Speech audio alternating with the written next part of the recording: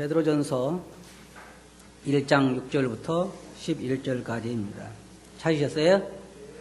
다 같이 한번 읽어보겠습니다. 시작.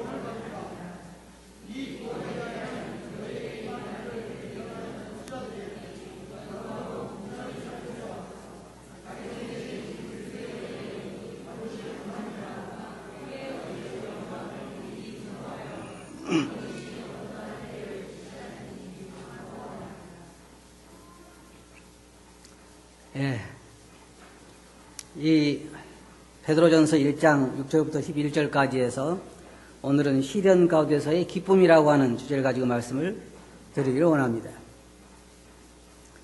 어떤 사람이 말한 것처럼 인생 그 자체가 고통이요 시련입니다. 그러니까 성경에서 보는 것처럼 인생이 70이요 강건하면 80이라도 남는 것은 수고와 슬픔밖에 없다고 한 말씀처럼 살아가는 삶 자체가 고통스러운 것입니다. 여러분들은 그렇지 않죠? 이 고통스러운 세상에 더 오래 살려고 노력하잖아요. 그죠? 그러나 우리가 하늘나라에 가면 이 세상의 모든 것들을 다 잊어버리게 될 것입니다.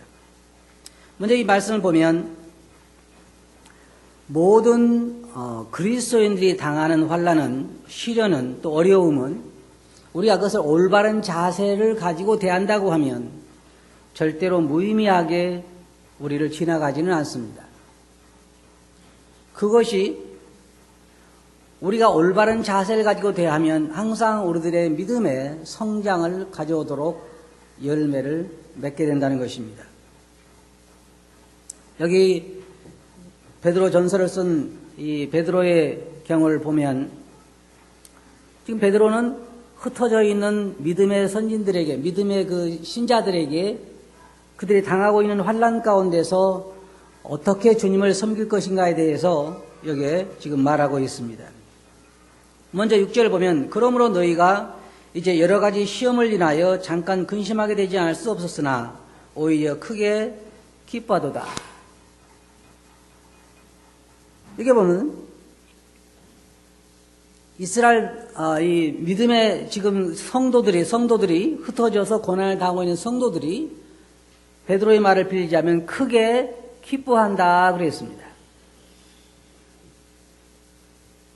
왜 그들이 기뻐하냐면 거기에 이제 그러므로라고 하는 말을 보면 그 앞에 있는 말씀과 연관이 되는데 그 앞에 있는 말씀이 뭐냐면 하나님께서 우리를 택하시고 우리를 하늘나라의 기업을 얻게 하시고 우리를 보호하신다고 하는 그런 말씀을 그 앞에서 우리가 저번 주에 공부를 했는데 하나님이 우리를 예정하시고 우리를 부르시고 우리를 의롭다 하시고 우리를 하늘나라의 기업을 얻게 하시는 그 후계자로 상속인들로 삼으셨다는 것, 그리고 그 약속을 이루기 위해서 우리를 보호하셨다고 하는 것, 이 진리가 환난 가운데 있는 이 그리스도인들에게는 굉장히 큰 위로와 기쁨이 되었습니다. 그래서 그러므로 너희가 이 현재 환경은 여러 가지 시험 때문에, 여러 가지 시련 때문에, 더 우리나라 말에 합당하게 되면 여러 가지 어려움들 가운데서 근심하게 되었지만, 그래서 지금 당하는 환경은 뭐예요? 여러 가지 어려움 때문에 어려움을 당하고 있다 그 말입니다. 그런데 여기 성도를 보면 그 어려움 가운데서 지금 크게 기뻐하고 있는 것입니다. 그 가운데서 너희가 지금 기뻐하고 있다 그랬어요. 그때 기뻐한다가 또 어떻게 기뻐한다고 그랬어요? 크게 기뻐한다. 그리고 보세요. 기뻐한다는 말하고 크게 기뻐한다는 말하고 어떻게 틀리죠? 굉장히 기뻐한다 그 말이에요. 자, 그러면 제가 한 가지 여러분들에게 질문해 보겠습니다. 사실 우리는 지금 시련 가운데 있다라고 말하기도 어려운 그러한 때입니다. 우리가 지금 믿음 때문에 여기 앉아 계신 우리 형제자매들 중에 내가 지금 신앙을 지키기 위해서 믿음을 지키기 위해서 굉장한 시련 가운데 계신 분 한번 손 들어보세요. 지금 죽느냐 사느냐 가운데 있는 분 안 계시잖아요. 우리는 지금 이 시대가 그런 시대가 아니기 때문에 그런 어려움을 당하고 있지는 않습니다. 그런데 여기에 이 환난 가운데 시련 가운데 있는 이 그리스도인들처럼 하늘나라에 우리를 위해서 예비한 그런 기업이라든지 하나님께서 우리를 부르셔서 구원하시고 우리를 지키시고 우리를 그런 확실한 약속을 지키기 위해서 우리에게 약속하셨다는 걸 생각할 때 우리에게 큰 기쁨이 솟아나는 그러한 이 그리스도인들처럼 사실상 오늘날 우리들도 이러한 소망을 생각할 때 우리의 마음속에 큰 기쁨이 넘쳐야 정상적인 것입니다. 정상적인 것이죠. 그런데 여기 사람들 보면 여기 그리스도인들 보면 그들 가운데는 그런 기쁨 때문에 참 즐거워했다 그랬는데 그들이 당하는 시련은 우리 그리스도인들이 당하는 시련은 여러 가지 생각해 볼 수가 있는데 첫째는 육체적인 고통을 우리가 시련으로 말할 수 있습니다. 오늘날 우리는 육체적인 고통보다는 아마 정신적인 고통이 더 많겠죠. 그러나 이때 당시에는 예수를 믿으면 감옥에 가기도 하고 잡혀서 죽기도 하고 지금도 물론 세계에는 뭐 저쪽 그 아랍 지역이라든지 이런데 이 기독교가 자유롭게 전파되지 못한 곳에서는 믿음 때문에 죽임을 당하는 곳도 있습니다. 여러분이 잘 아신 것처럼 회계도인들이 교회를 공격해서 교회를 불태우고 그리스도인들을 죽이고 하는 그런 일도 지금은 있습니다. 믿음을 지키기 위해서 목숨의 위협을 받는 지역이 지금도 존재하기는 합니다. 그런데 이상한 건 뭐냐면요.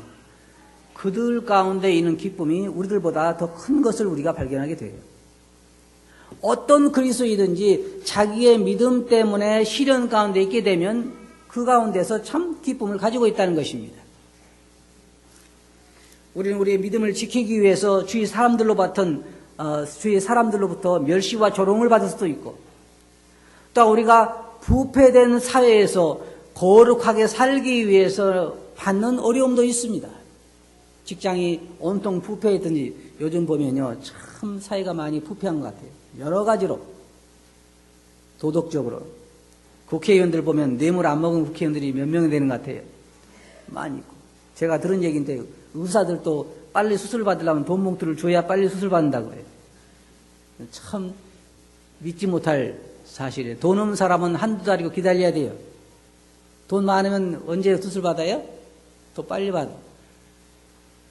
그뿐만이 아니에요. 계속해서 뉴스 나오는 거 보면 다 그런 뇌물들, 도덕적으로 부패한 것들. 그러면 그 가운데서 그리스도인들이 정직하게 산다고 하는 것은 굉장히 어려운 거예요. 제가 들은 얘기인데 의사들도 좋은 의사는 돈을 못 번다고 그래요. 어떤 분이 정형외과를 하는 의사 좋은 분이 계셨는데 제가 들은 얘기인데 뼈가 부러지고 다리가 부러져서 오면 한 달이고 두 달이고 계속 입원을 시켜야 되는데 기부서 해가지고 집에 갔다 오세요 그러니까 돈 못 버는 거예요. 그러잖아요. 한 달이고 두 달이고 자기 병원에 입원시켜놓고 돈을 계속 그냥 이 주사도 저 주사 비싼 주사를 나가면서 돈을 받아야 되는데 그게 안 되고 저도 장내시경을 해봤는데 참 재미있는 것은 어떤 여러분 병원 갈 때 조심해야 되겠어요. 용정이 없는데 그거 넣어가지고 용정을 만들어서 떼낸대요. 그래가지고 하나에 뭐 2만 원, 3만 원씩 받아요. 그런데 아니 그 의사 얘기로 그래요. 제가 뭐 어떻게 알겠어요. 제가 띄워보지 않는 이상. 그래서 못 믿는 거예요, 세상이. 그러면 정직하게 우리가 직장생활을 하려면 고난을 당할 수밖에 없죠. 아, 여러분 장사할 때도 그거 사가면 별로 안 좋을걸요. 그러면 사가요, 안 사가요? 안 사가. 그러니까 정직하게 이 세상을 우리가 믿음을 지금도 우리가 믿음대로 하나님을 믿는 신실한 그리스도인에서 정직하게 믿음을 지키려고 하면은 어려움을 당할 수밖에 없어요. 어떤 사람이 그랬다잖아요. 자기 공장에서 만든 과자를 만들어서 그 각 이제 슈퍼마켓이나 이런 이마트 같은 데 가져가는데 그 직원에게 그렇다 그래요. 다른 회사 제품들에게 반을 가지고 다니면서 구멍을 뚫고 다니라고. 그건 뚫으면 다른 회사 제품은 금방 상하잖아요. 그러니까 내 제품. 여러분 그 쥐 들어간 식빵 잘 아시죠? 그 왜 그렇게 했어요? 자기 거 팔려고 남의 것 못 팔게 하려고 그렇게 하다가 결국은 자기가 서거랑 쳤잖아요. 그와 같이 세상은 온통 죄악에 물든 세상이기 때문에 그 가운데서 우리가 믿음 지킨다고 하는 건 참 어려운 일입니다. 지금 여기에 있는 베드로가 말하는 이 사람들만 어려움을 당하게 되어 있는 것이 아니라 오늘날 그리스도인들도 그 어려움을 당하게 되어 있어요. 제가 생각할 때 세상이 점점 더 좋아질 것 같은데 사실은 더 교묘하게 타락하고 더 고단위로 타락하는 것 같아요. 그래서 믿음을 순수하게 지킨다고 하는 것은 그때나 지금이나 다 어려운 가운데 있을 수밖에 없는 것입니다. 여기에 베드로가 말하는 물론 환난이라고 하는 것, 이 시련이라고 하는 것은 그들에게 있어서는 육체적인 것이 더 컸을 것입니다. 그런데 이상하게 우리가 이해가 안 되는 것은 그들은 그 육체적인 시련 가운데서 더 크게 기뻐했다 그랬어요. 그들이 기뻐했던 건 왜 그러냐면은 육체적인 시련이 없어져서 그런 것이 아니라 하늘나라에 있는 그들의 하나님에 대한 보상을 생각할 때 그것이 그 육체적인 고통을 이길 수 있는 기쁨을 그들에게 가져다 준 것입니다. 사도 바울이 우리들에게 이야기한 것은 너희가 위의 것을 생각하고 땅의 것을 생각하지 말라고 한 말씀이 바로 이와 비슷한 말입니다. 그들은 바로 비록 육체적으로 시련 가운데 있었지만은 하늘나라에 있는 그들의 기업이라든지 하늘나라에 있는 그들의 보상을 생각하면서 그들은 기쁨을 유지할 수가 있었어요. 그렇다고 하면 만일 이 사람들이 그러한 기쁨을 가질 수가 있었다고 하면 우리도 그런 기쁨을 가지고 있을 수 있지 않을까 하는 것입니다. 제가 몇 번 여러분들에게 말씀을 드렸죠. 어려움 가운데 사는 사람들이 간증할 것이 훨씬 더 많다는 것. 어려움 가운데서 주님과 함께 가까이 동행하는 사람들이 훨씬 더 주님에게 감사드릴 것이 많습니다.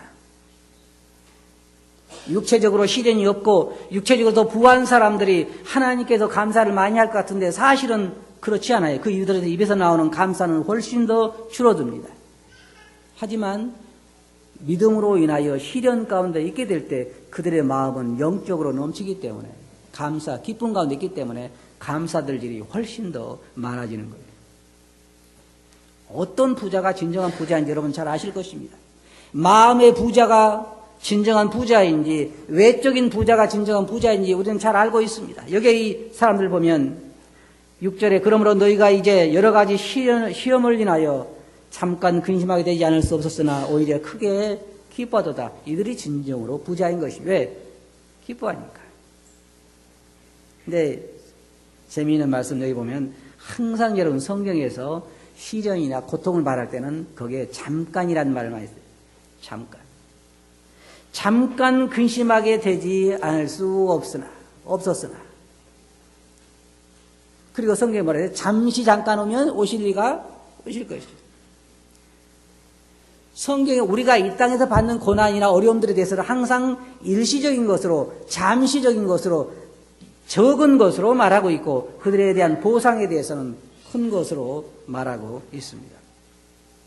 시련의 기간을 보면 여기에 잠깐이라고 말하고 있는데 고린도후서 4장 17절 보면 우리의 잠시 받는 환난에 경한 것이 지극히 크고 영원한 영광에 중요한 것을 우리에게 이루게 함이니 여기 보면 뭐라고 말하냐면 우리의 잠시 받는 환난이라고 말하고 그 다음에 환난이 뭐라냐면 경한 것이라고 하면 가벼운 것이다. 아주 약한 환난이다. 그렇게 말하고 있습니다.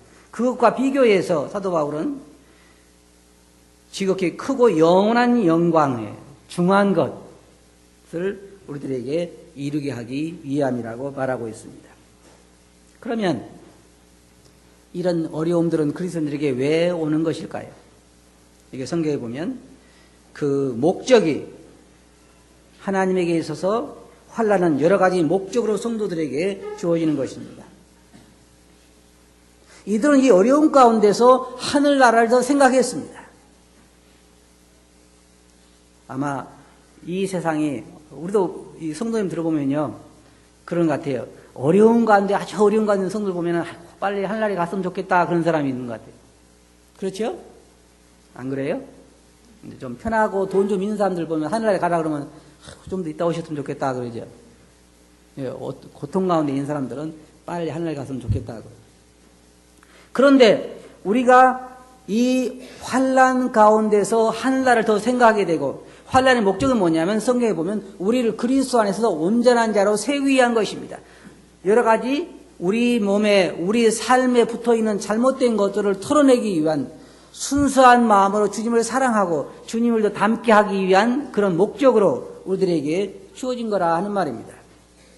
우리가 우리 자녀들을 징계할 때에 그 목적이 좋은 것이든, 우리 주님께서 우리들에게 어려움을 허락하실 때는 그 목적이 바로 순수한 믿음을 지키기 위한 거라고 하는 것입니다. 여기에 7절에 보면 너의 믿음의 시련이, 잘 보세요. 믿음의 시련이라고 했죠. 뭐예요? 믿음 때문에 오는 시련이 뭘 한다고 그랬어요? 불로 연단하여도 없어질 금보다 더 귀하여. 그럼 제가 여러분들에게 한 가지 물어보겠습니다. 아주 귀한 믿음하고 추럭으로 하나의 금하고 어떤 것이 더 귀해요? 아주 성도 가운데 있는 아주 귀한 믿음하고 큰 8톤 추럭으로 금 하나 실어준 거하고 어떤 것이 더 귀해요? 아, 금이 훨씬 귀해요? 여기에 베드로는 표현하기를 금보다 더 귀하다 그랬어요. 뭐가요? 믿음이. 무슨 믿음이? 어떤 환경 가운데서든지 신실하게 주님을 신뢰하는 그 믿음이 그렇게 귀하다 그 말입니다. 그럴까요? 왜냐하면 그 믿음은 항상 대가가, 열매가 그곳에 있기 때문입니다. 여기 보면 불로 연단하여도 없어질 금보다 더 귀하여 예수 그리스도에 나타나실 때 뭐가 있다고 그랬어요? 칭찬과 영광과 존귀를 얻게 하려 함이라. 우리가 이런 어려움을 통해서 우리 믿음이 순수하게 지켜지게 될 때에, 다른 말로 말하면 뭡니까? 우리의 믿음을 순수하게 만들기 위해서 뭐가 필요해요? 네? 시련이 필요하죠? 맞아요? 그래서 여러분은 여러분 믿음을 순수하게 지키기 위해서 시련을 원하지요? 그렇지 않아요? 네, 시련을 원하지 않아요. 그런데 여기 보면 이런 시련이 우리들에게 뭘 가져다 주냐면 불로 연단하여도 없을 금보다 더 귀한 믿음을 우리들에게 가져다 준다 그 말이에요. 그 귀한 믿음은 결과가 뭐냐면 주님 오실 때에 칭찬과 영광과 존귀를 얻게 된다 그 말이에요. 이것은 정말로 귀한 것입니다. 가장 여러분이 기대하는 게 뭡니까? 저는 가장 기대하는 게, 그런 말을 듣기는 이미 틀린 것 같은데, 제가 생각할 때. 왜냐하면 제가 제 양심이 아는데, 그런 말 듣기는 틀린 것 같은데, 주님 오셔가지고 저에게 잘했다, 착하고 충성된 종아, 그런 얘기 들으면 좋겠는데, 제 양심이 가만히 생각하면 그런 얘기 듣기는 어려울 것 같아요. 여러분 자신 있어요? 저와 아마 동급생일 거예요. 그러나 여기 보면 그때 칭찬과 영광과 존귀를 얻게 하려 함이라. 그 순수한 믿음 때문에, 주님을 향한 그 믿음 때문에. 그 다음에 8절 보면 뭐라 했습니까? 예수를 너희가 보지 못하였으나 사랑하는도다. 이제도 보지 못하나 믿고 말할 수 없는 영광스러운 즐거움으로 기뻐하니 믿음의 결국 곧 영혼의 구원을 받음이라. 자, 이 사람들 보면 예수님께서 승천하신 이후에 약 한 30년이 지난 때입니다. 지금 이 베드로가 이걸 기록할 때는 약 30년이 지난 다음에 이들은 예수님을 보지 못했어요. 여러분 봤습니까? 보지 못했어요. 그러면 이들은 지금 예수 그리스도를 보지 못했지만 뭐라 했어요? 믿고 뭐 한다고요? 그게 뭐라고 말하고 있어요? 믿고 말할 수 없는 영광스러운 즐거움으로 기뻐한다 그랬어요. 그리고 이는 뭐에서 믿음의 결국 곧 영혼의 구원을 받음이라. 그들은 예수님을 보지 못했지만 믿고 너무 즐거워했습니다. 근데 저는 여기 이 말씀에서 두 가지 것에 대해서 제가 공부를 하면서 참 제 마음에 생각을 했는데, 첫째는 그들은 어떻게 그렇게 어려운 환경 가운데서, 어렵게 어려운 시련 가운데서도 하늘나라의 그 약속이나 기업을 바라보고 기뻐할 수 있었을까? 크게 기뻐했다고 그럽니다. 두 번째로는 예수님을 나처럼 똑같이 나도 보지 못했지만, 그들도 보지 못했지만, 예수님을 믿고 그렇게 기뻐할 수가 있을까? 그럼 그들이 그렇게 기뻐할 수 있었다면, 오늘날 우리도 예수님을 믿고 그 가운데서 그렇게 기뻐할 수 있지 않을까? 이보다도 복된 삶이 어디 있을까 하는 것입니다. 문제는 그들은 그 어려운 가운데서도 그렇게 주를 믿고 기뻐할 수 있었고, 그것이 현실적으로 기쁨을 가져다 줄 수가 있었습니다. 오늘날 우리에게 그게 필요한 것 같아요. 오늘날 우리들이 하나님에게 어떤 것을 구하는 것보다 우리에게 이와 같은 걸 주시기를 구하는 것이 필요할 것 같아요. 우리 안에 구원의 기쁨을 회복시켜달라고. 주님으로부터 오는 구원의 즐거움을, 하늘나라에 우리를 위해 간직한 그 기업의 영광의 풍성함을 알게 해달라고 기도할 것 같아요. 사도 바울이 에베소서 1장에서 그들의 마음의 문을 열어서, 눈을 열어서 그들의 기업의 영광의 풍성이 무엇인가를 보게 해달라고 기도한 것처럼, 왜 에베소 교회 성도들이 그러했고, 여기에 지금 베드로가 편지 쓰고 있는 이 아시아 쪽에 있는 교회 성도들이, 바로 그들은 그것에 눈을 떴기 때문에, 볼 수 있었기 때문에 그들 마음은 하늘나라의 기쁨으로 채워져 있었던 것입니다. 예수님을 그들은 보지 못했습니다. 그러나 예수님을 믿고 말할 수 없는 기쁨으로 즐거워했던 이유는 그들의 영혼의 구원을 보았기 때문입니다. 예수님께서 제자들에게 말씀하시기를, 너희가 다른 것으로 기뻐하지 말고 너의 이름이 하늘나라에 기록된 것으로 기뻐하라. 그러면 잘 보세요. 하늘나라에 우리 이름은 몇 번 기록합니까? 한 번 기록하죠. 그럼 그것 때문에 우리가 기뻐할 수 있는 기간은 얼마입니까? 네? 주일날 올 때만, 떡과진을 놓고 볼 때만 기억이 돼요? 그건 아니잖아요.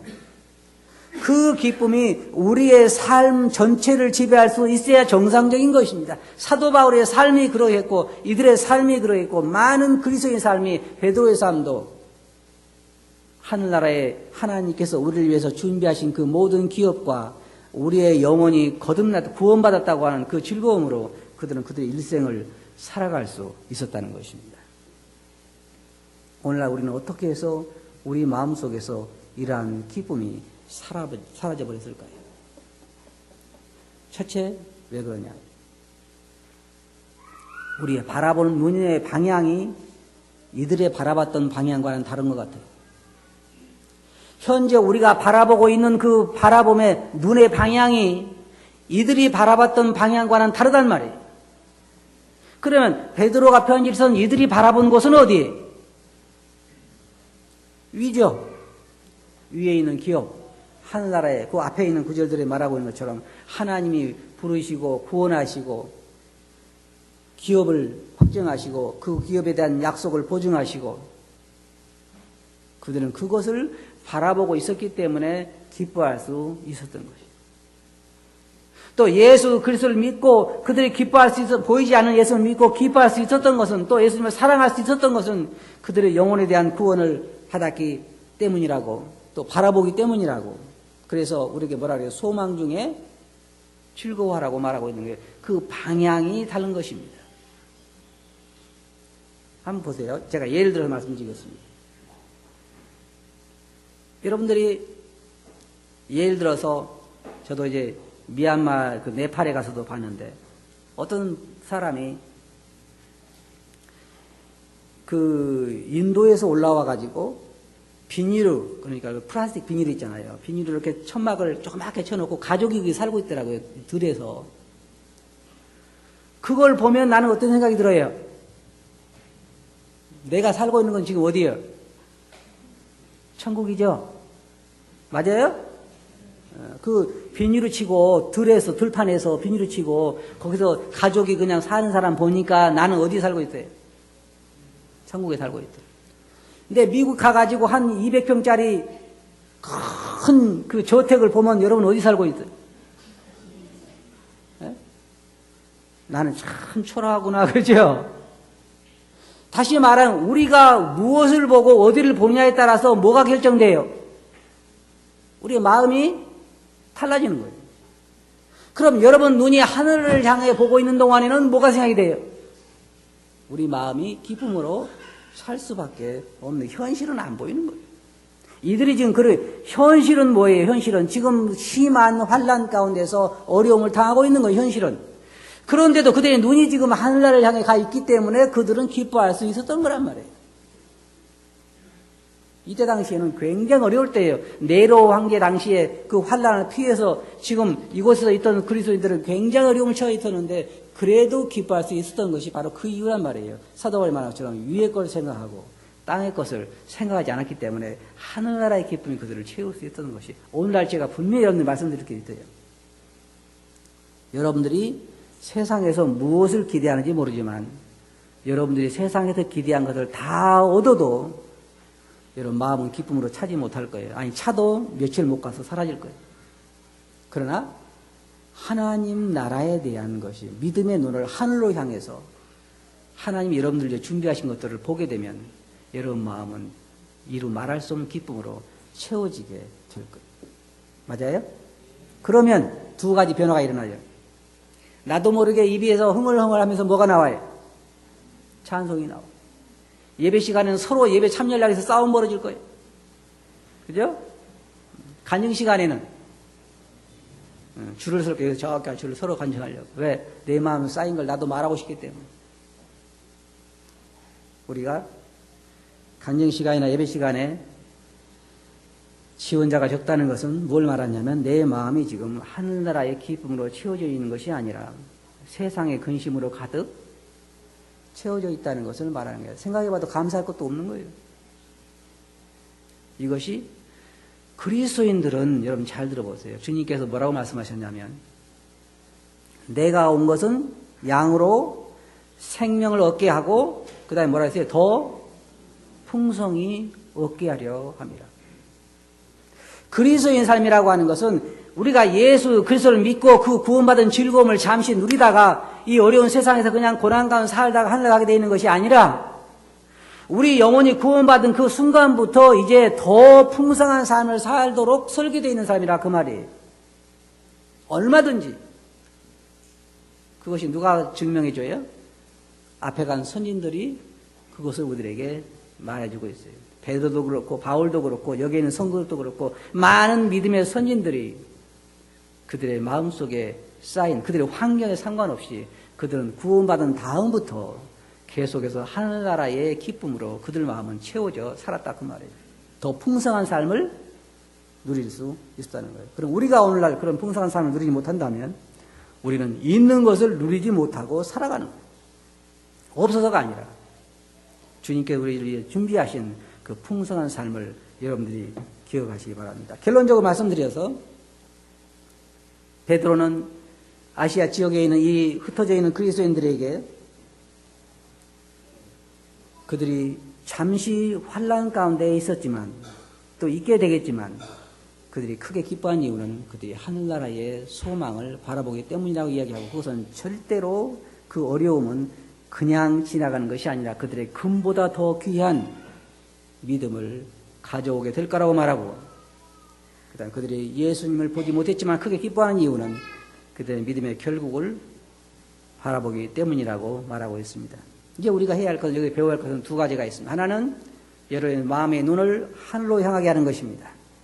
그리고 그리스도께서 우리를 위하여 예비하신 하늘의 그 모든 복된 소망을 생각해 보는 것이고 그 다음에 우리가 이 세상에서 우리 육체의 연약함으로부터 죄악으로부터 물든 세상에서 구원받아 영원토록 하늘나라에 살게 될 영광스러운 그 구원을 바라보는 것입니다. 그때 우리 마음은 다시 기쁨으로 채워지게 될 것입니다. 한 가지 여러분들에게 부탁드리고 싶은 게 있습니다. 이제 오늘부터 다음 주일날까지 의도적으로 여러분 생각을 하늘나라로 끌어올리시기 바랍니다. 무슨 일 아시겠어요? 어떻게 하라고요? 의도적으로 여러분 생각을 어디로 끌어올리라고요? 하늘나라로 끌어올려서 하늘나라의 여러분들 위해서 준비한 하나님의 모든 축복들과 영원한 영광을 생각해 보시기 바랍니다. 그러면 일주일 삶이 조금은 달라져 있을 거예요. 그렇게 하시겠어요? 약속했어요? 그냥 어떤 사람은 우리가 흔히 그전에 아침에 이렇게 하지 마시기 바랍니다. 어떻게 하냐면 아침에 큐티하고 오늘 하루 종일 이 말씀 묵상하리라 그러고 나서 직장 가서 시작해서 언제 생각나요 이제? 잠자기 전에 생각나죠. 그렇게 다음 주일날 여기 예배당 들어오면서 생각하지 마시고 지금 이 순간부터 여러분 생각을 의도적으로 계속해서 하늘나라로 끌어올리시기 바랍니다. 그렇게 하시겠어요? 기도합시다.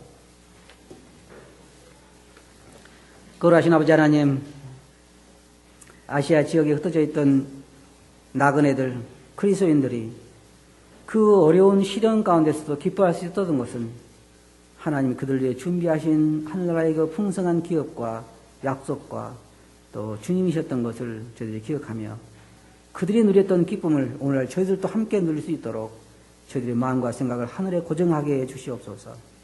주의 말씀을 주께 의하고 해서 이름으로 아버지께 감사하며 기도하옵나이다. 아멘.